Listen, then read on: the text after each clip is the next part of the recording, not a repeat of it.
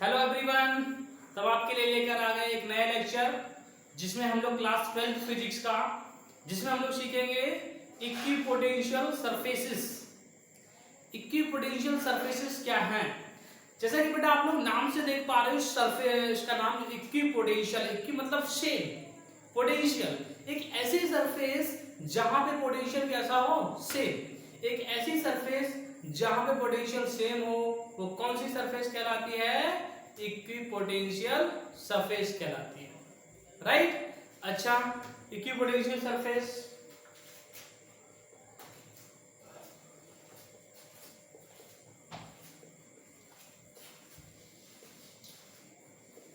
लिख सकते हो आप क्या लिख सकते हो? द सरफेस at which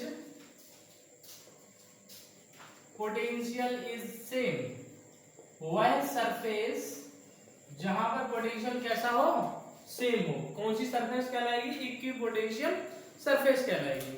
अच्छा बच्चों, जैसे कि आप जानते हो कि अगर कोई पॉइंट चार्ज है, वहां से मान लो r1 डिस्टेंस की दूर पर एक 3D में सोचो, 3D में r1 डिस्टेंस दूर पर एक 3D में अगर इस सरफेस को देखा जाए तो इस सरफेस का इस पॉइंट पे पोटेंशियल कैसा होगा?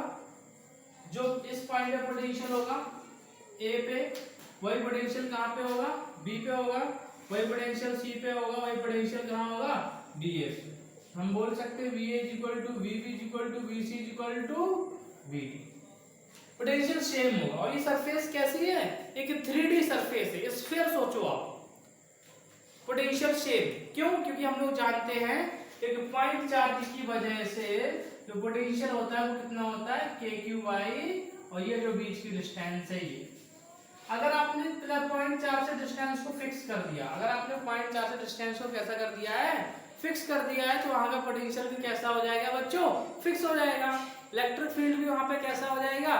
फिक्स हो जाएगा। जब इलेक्ट्रिक फील्ड और पोटेंशियल फिक्स है वहां पे, तो ये देखो यहाँ से अगर ये आपका पॉइंट चार्ज है तो इससे यहाँ पे r1 डिस्टेंस दूर जो पोटेंशियल होगा ये आपका स्फीयर बन रहा है ना, रेडियस सेम है, स्फीयर बनता चला जा रहा है, तो स्फेरिकल सरफेस पे पोटेंशियल कैसा हुआ? सेम। अब मैं कहूं यहां से इस सेंटर पे रखा हुआ चार्ज है आपका पॉइंट चार्ज, यहां से r2 डिस्टेंस का एक तुम स्फीयर खींचो। आपको इमेजिन करना है 3D में। This is the 3D surface. कैसा सरफेस है बच्चों? 3D। आप स्फीयर सोच लीजिए, तो स्फीयर में भी देखा जाए तो इन सारे पॉइंट पे पोटेंशियल कैसा होगा? सेम होगा। तो ऐसी सरफेस को हम लोग कौन सी सरफेस बोलते हैं? इक्विपोटेंशियल सरफेस बोलते हैं। राइट? जहां पे पोटेंशियल कैसा हो? सेम हो। ठीक है ना? अच्छा, एक चर्चा और कर लो जरा। जैसे मान लो कोई आपका लीनियर चार्ज, एक वायर है, इनफाइनाइट लेंथ की वायर है, वहां से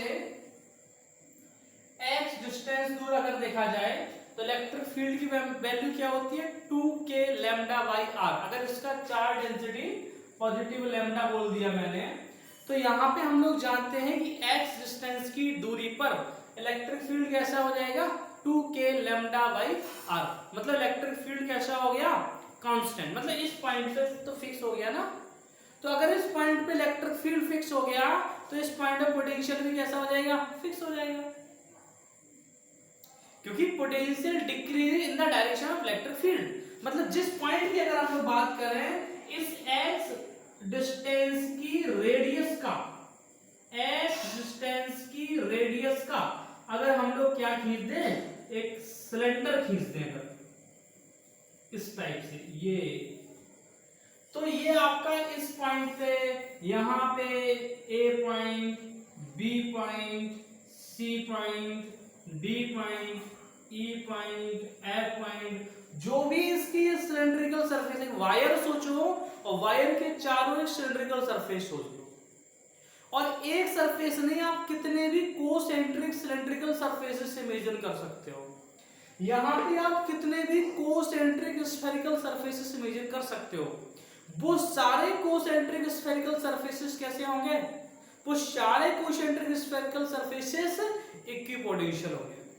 तो यहाँ पे अगर हम लोग सिलेंडर की बात करें तो सिलेंडर में अगर हम लोग यहाँ पे और सिलेंडर खींचे हैं इस टाइप से, तो सारे सिलेंडर क्या होंगे आपके इक्विपोटेंशियल सरफेस होंगे, क्योंकि आप सिलेंडर की वायर से, अगर वायर को आप एक्सिस में रख रहे हो, सेंटर पर रख रहे हो, तो यहाँ पे एक फिक्स पॉइंट पे जो भी सिलेंडर लो आप, वहां डिस्टेंस फिक्स होगी तो इलेक्ट्रिक फील्ड फिक्स होगा, वहां पे इलेक्ट्रिक फील्ड फिक्स होगा तो वहां पोटेंशियल भी कैसा होगा, फिक्स होगा।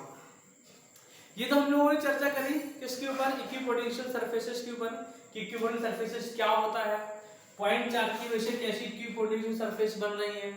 एक और जरा केस देख लो कि मान लो यूनिफॉर्म इलेक्ट्रिक फील्ड है बच्चों, कैसा इलेक्ट्रिक फील्ड है, यूनिफॉर्म।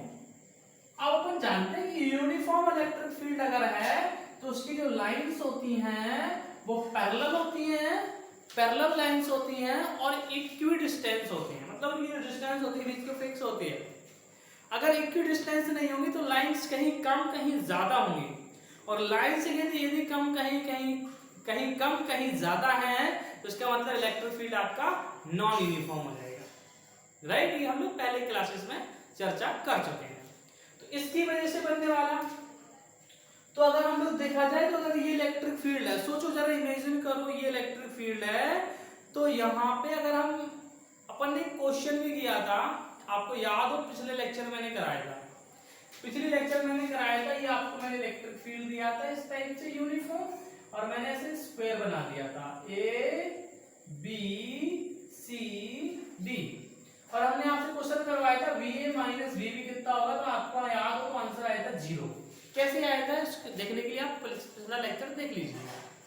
तो VA माइनस VB कितना आया था 0, मतलब पोटेंशियल डिफरेंस इस लाइन पे, सोचो इस लाइन पे पोटेंशियल डिफरेंस कितना है 0। यदि पोटेंशियल डिफरेंस 0 है तो इसका मतलब जो पोटेंशियल A का है वही पोटेंशियल किसका हुआ, B का हुआ। तो मतलब ये जो सरफेस है, ये सरफेस कैसी सरफेस है बच्चों, ये सरफेस इक्विपोटेंशियल है।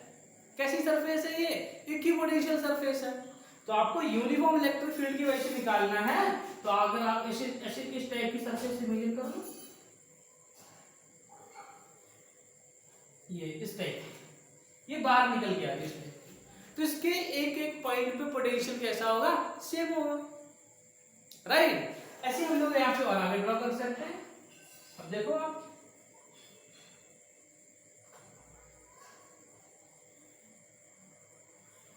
ये सरफेस हो गई आपकी, ऐसे आप खींच सकते हो और लाइंस, तो वो जो सरफेसेस होगी वो कैसी सरफेसेस होंगी, इक्विपोटेंशियल सरफेसेस, मतलब पोटेंशियल कैसा होगा, सेम होगा। चाहे आप ये पास कर लो, दूर दूर, इससे कोई अंतर नहीं आने वाला है, बट फील्ड में वो इसको परपेंडिकुलर काटते हुए होना चाहिए इस टाइप से, ठीक है ना। तो हम लोगों ने ये 3 बड़े इंपॉर्टेंट केस किए, यहाँ से बोर्ड्स में बहुत ही चर्चा कर ली जाती है, इसके ऊपर क्वेश्चन बना लिए जाते हैं, और आपको ये आना चाहिए, आपको ये आना चाहिए, ठीक है। अच्छा, अब हम लोग चर्चा करते हैं properties of equipotential surfaces, equipotential surfaces की प्रॉपर्टीज के बारे में।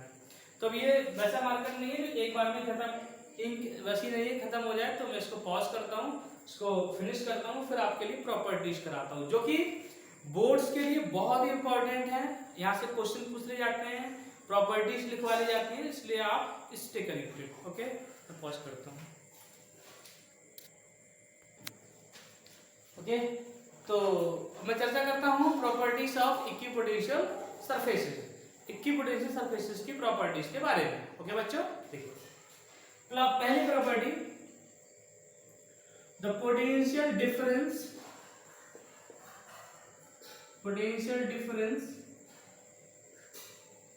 on equipotential surface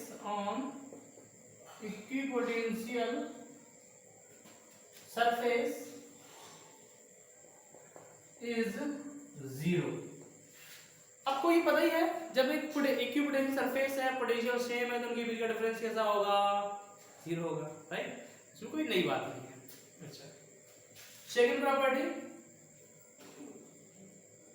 the work done on moving charge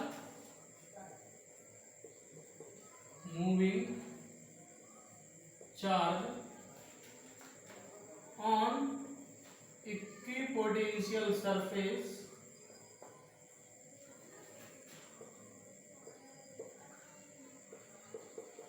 is 0। मतलब क्या हुआ इसका, देखो बेटा कि मान लो सपोज दैट इसको देख लीजिए आप, ये प्लस क्यू चार्ज है, यहाँ से r डिस्टेंस पे पोटेंशियल, इसका पोटेंशियल, यहाँ का पोटेंशियल कैसा होगा, सेम होगा। क्यों? क्योंकि डिस्टेंस दोनों की कैसी है, सेम है। मैंने स्फेरिकल सरफेस बना दी, तो पोटेंशियल यहाँ पे अगर सेम है तो हम लोग बोल सकते हैं कि VA इज इक्वल टू कैसा होगा बच्चों, VB होगा। तो अगर मान लो किसी क्यू चार्ज को, पॉजिटिव क्यू चार्ज को आप A से कहां लेकर आए, V लेकर आए, A से कहां लेकर आए, V लेकर आए, तो आपने कितना वर्क किया, आपने कितना वर्क किया, है ना, एक्सटर्नल फोर्स के द्वारा या इलेक्ट्रिकल फोर्स के द्वारा, ठीक है ना। हाँ, जैसे बात करते हैं ना इलेक्ट्रिकल फोर्स के, ठीक है।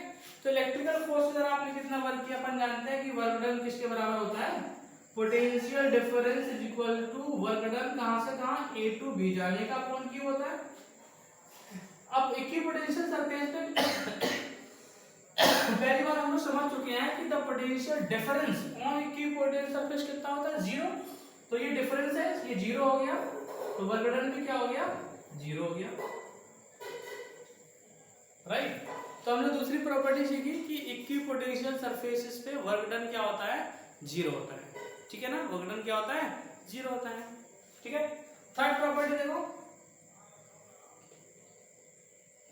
Electric field lines are perpendicular to the equipotential surface।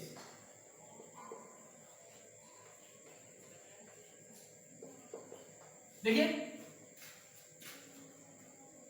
Equipotential surfaces से जो फील्ड लाइंस निकलती है वो कैसी होती है, परपेंडिकुलर होती है। ये कैसे अपन बोल सकते हैं, देखो अब बताइए, हम लोगों ने एक रिलेशन पढ़ा था dv is equal to minus e dot dr, dv is equal to minus e dot dr,